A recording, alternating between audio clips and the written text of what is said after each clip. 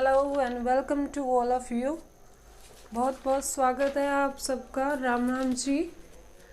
बहुत दिन पहले मैंने आपको सूर्य के अपनी ज़िंदगी में क्या क्या प्रभाव डालते हैं वो बताया था और इसके अच्छे बुरे लक्षणों के बारे बताया था और अलग अलग ग्रहों के साथ युति के बारे आपको समझाया था। आज हम जिस विषय पे बात करने जा रहे हैं वो है सूर्य का 12 घरों में होना, अलग अलग ग्रहों में होना क्या क्या प्रभाव डालता है। अलग अलग घर, जैसे आप अपने घर में रह रहे हो या लुधियाना में रह रहे हो या फॉरेन कंट्री रह रहे हो, तो आपका वहाँ जाके क्लाइमेट का क्या असर होता है, आपका नेचर कैसे बदलता है या क्या क्या दूसरों पे इफ़ेक्ट पड़ता है, यही होता है कहने का मतलब। और आइए जानते हैं। सूर्य का लगन में होना इंसान को स्वाभिमानी बनाता है, क्रोधी बनाता है, आत्मसम्मान देता है, वात पित्त का रोग देता है, हल्का शरीर वाले होते हैं, नाक इनकी बड़ी होती है, माथा चौड़ा होता है, बड़े ललाट वाले होते हैं, सर पर बाल इनके कम ही होते हैं, बलवान बनाते हैं, संपत्ति भी देते हैं। ऐसे लगन में हो तो सूर्य। दूसरे भाव में हो मुख के रोग देते हैं, जैसे मुख में जैसे जाड़ वगैरह दुखना, ऐसे संपत्तिवान बनाते हैं, भाग्यवान बनाते हैं, पड़ोसियों से इनकी बनती नहीं है, कान नाक गले की समस्या रहती है, कटु वचन वाले होते हैं, रूडली बोलते हैं और रूडली ही इनका स्वभाव होता है। तीसरे भाव में होना सूर्य का इंसान को प्रतापी, पराक्रमी, साहसी बनाता है, सम्मान देता है, छोटे भाइयों से बनती नहीं है या होते नहीं है या इनका कला रहती है, बलवान बनाता है, संपन्नता देता है। ऐसे चौथे भाव में होना सूर्य का परिवार में कला, तनाव, चिंता देता है, सुंदर होते हैं पर कठोर नेचर वाले होते हैं, कठोर हृदय वाले होते हैं, वाहन सुख इन्हें मिलता नहीं है। पांचवें भाव में होना सूर्य का इंसान को रोगी बनाता है, अल्प संपत्तिवान बनाता है, कम संतान देता है, पेट के रोग देता है, बुद्धिमान बनाता है और ऐसा इंसान गुस्से वाला होता है, इलेक्ट्रॉनिक्स में इनकी रुचि होती है।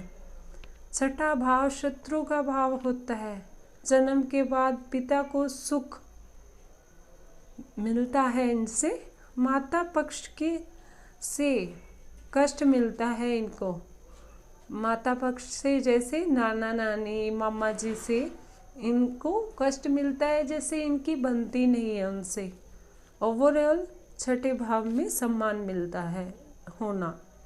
सप्तम भाव में होना स्त्री का भाव होता है, ये स्त्री से क्लेश रहता है, वैवाहिक जीवन इनका अच्छा नहीं रहता, स्वाभिमानी होते हैं, आँखों के कमज़ोर होती है इनकी आँखें, कठोर नेचर वाले होते हैं, रूडली स्वभाव होता है, अपने आप में खोए रहते हैं, राज्य में इनको मान झेलना पड़ता है स्त्री के कारण।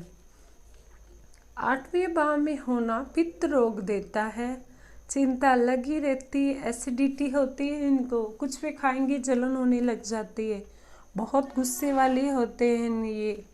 धन देता है पर पेशेंस नहीं देता इनको। नवें भाव में होना साधक को साधक बनाता है, योगी बनाता है, अच्छा ज्योतिषाचार्य बनाता है।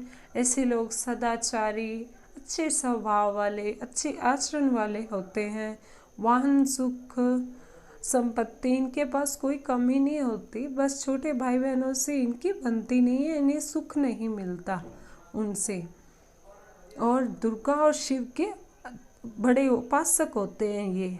10वां भाव कर्म स्थान का होता है, ये खानदान के कुल दीपक माने जाते हैं, अपने कर्मों से ही खानदान का नाम ऊंचा करते हैं, इनके पास नाम, काम, पैसा, धन दौलत, मान सम्मान, प्रतिष्ठा सब कुछ होता है।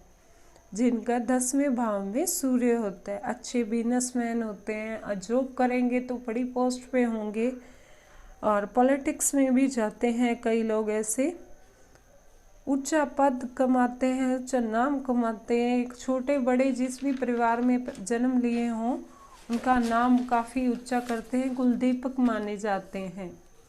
11वें भाव में होना जो चाहते हैं वो मिलता है। मीन्स की कहने का कि अगर जैसे गाड़ी बंगला आदि का इनको सुख मिलता है, ऐसे नहीं कि जो चाहे कल्पनाशील की अंबानी बनने का सोच लोगे कि वही मिल जाएगा। नॉर्मल चीज़ों की बात कर रहे हैं, घर गाड़ी बंगला इत्यादि। और सरकार की तरफ से इन्हें कहीं ना कहीं से लाभ मिलता ही रहता है। संतान इनकी कम होती है, कम बोलते हैं ये लाइफ में, ज़्यादा बोलने की आदत नहीं होती। 12वें भाव में होना इंसान की नींद डिस्टर्बेंस रहती है, जैसे रात को जागेंगे दिन में सोते रहते हैं, नींद इनकी कभी पूरी नहीं होती। ऐसे साल में तो ऐसे कई दिन होंगे 15-15, 20-20 दिन सोए नहीं होंगे ऐसे इंसान, डिस्टर्बेंस रहती है इनको। पत्नी से इनकी लड़ाई रहती है, लेफ्ट आई में इनकी दिक्कत होते है, बाईं आँख में कमज़ोरी होती है। बाहर जाने का इनको मिलता है एक चांस, जैसे फॉरेन सेट होने का। दुबले होते हैं शरीर से, ऐसे व्यक्ति पर कभी भरोसा नहीं करना चाहिए और ये भरोसे के लायक नहीं होते। ये थे सूर्य के 12 भावों के बारे मैंने आपको बताया। जो ना समझ आया हो वो पूछ लेना कमेंट में। अगर वीडियो में बताया गया कुछ अच्छा लगा हो तो please like share and subscribe my channel.